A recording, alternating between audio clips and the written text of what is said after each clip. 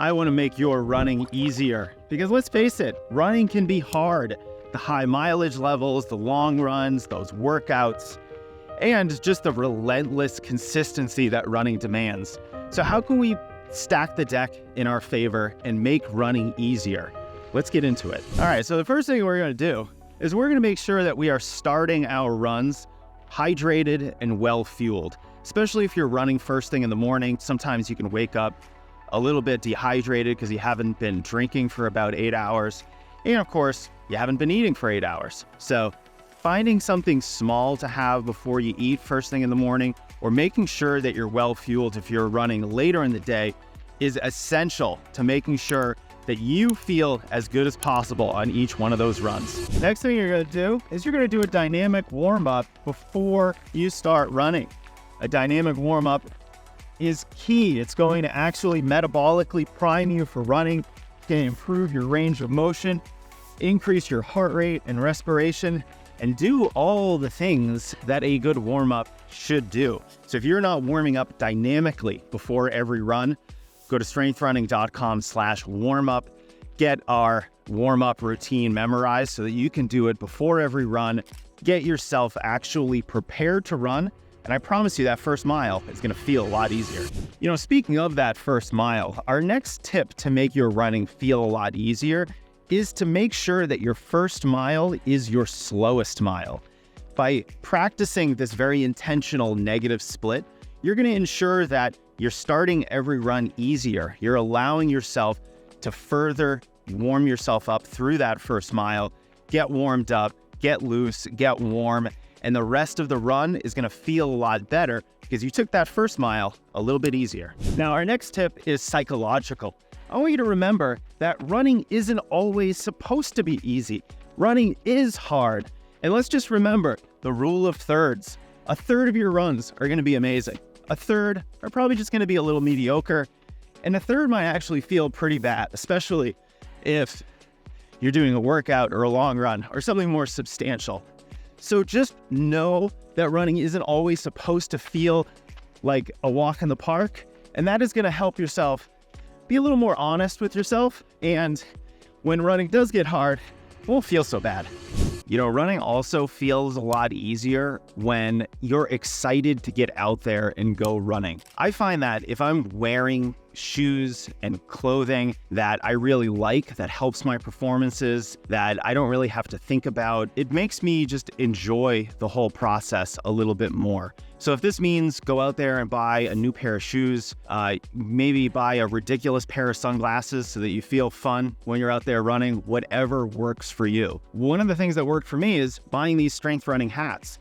I don't actually sell these hats. I had to buy 40 of them just for me because this is the style of hat that I love, that I personally really like. It fits my head, it's moisture wicking, it's a fantastic hat from Boca, and I just wanted this brand hat and I wanted it a strength running branded, so I got 40 of them. Whatever you're gonna do to stay motivated when it comes to your gear, your clothes, your shoes, I think is really worth it. You know, I'm not that big into supplements, but I do love AG1 by Athletic Greens. I consider it my nutrition insurance, helping me cover all my bases, so I know I'm not missing out on anything my body needs, especially when I'm training really hard.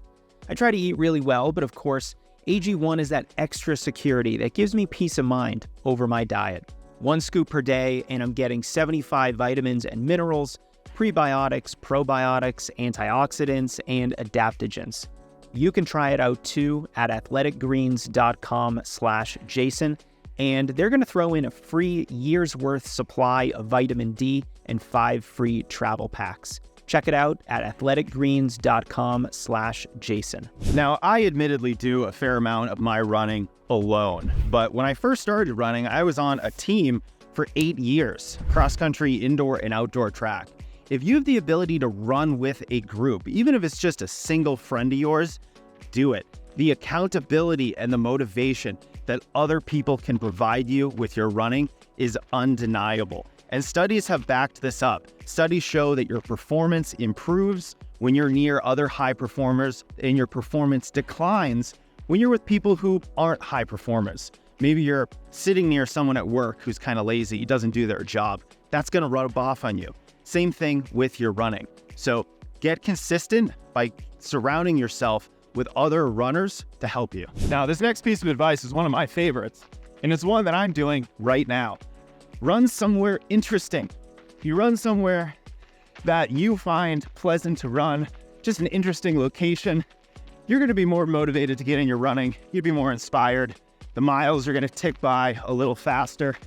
So I went for a little drive today so that I could run out here in the woods and just be alone. I just absolutely love this. Get on some softer surfaces, see some wildlife. This is how to do it. Now, the next way that we can make your running feel easier is just by respecting the weather because of the time of day that you happen to be running.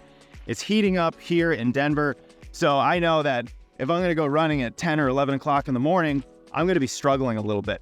And while this sounds like a self-explanatory concept, I just had one of my clients ask me if running in Florida when it's 87 degrees and humid and very sunny, if that's gonna slow her down a little bit. Obviously, it will. Your running is not going to feel easy if you are trying to run in adverse weather. Just like if you tried to go running at 11,000 feet altitude and you're wondering why your running doesn't feel so good. Altitude, just like heat and humidity, are going to affect how you feel, and probably not in a good way. Now, our next tip is slightly advanced. I want you to be mindful of the pattern of intensity in your training. So for example, are you running 3 hard workouts and a long run during the week? If your training is that dense, if it has that much difficulty in it, you're probably not going to feel good a big chunk of the time. And I definitely don't want you doing back-to-back hard days like 2 workouts in a row or a workout and a long run. There are very few edge cases where something like that is appropriate, and for mere mortals, it's probably never appropriate. You can go back and see some of our earlier videos or podcasts about training intensity and training density to further understand this topic. But at a bare minimum, just make sure that you're separating your hard days by a few easy days so that your training density isn't too high when it comes to the intensity side of things. So there's not too much intensity clustered too close together. We want to avoid that, and that is going to make you feel a lot better. All right, our 10th tip to make your running feel easier is just to make sure that whatever you happen to be doing right now is appropriate for you. So if you haven't run longer than 15 miles in the last 3 months, don't go out for a 20-mile long run. You're probably not going to feel good during that kind of an adventure. Or if you're used to running 30 to 40 miles a week, don't go try to run 60 miles next week, or do a workout that is too aggressive for you, or even just pacing of easy runs or workouts. All of these things affect how you feel, and no matter where you are with your fitness level, you should be doing something that's appropriate for you. Finally, I want you to smile. We are doing this voluntarily. Nobody is making us go running. This is a voluntary hobby that's making us better people, that's helping us become healthier. We should be having fun with it. So if you're ever not feeling great, maybe you're in the later stages of a workout or a long run or even a race, take a page from Eliud Kipchoge's book and smile. You're going to feel better. It's going to change your psychology, and that is going to make running feel easier for you. All right, guys, I know we participate in a difficult sport. Distance running isn't always easy, but there are a lot of different ways that we can use to make our running feel easier so that we're not always struggling, we're not always suffering.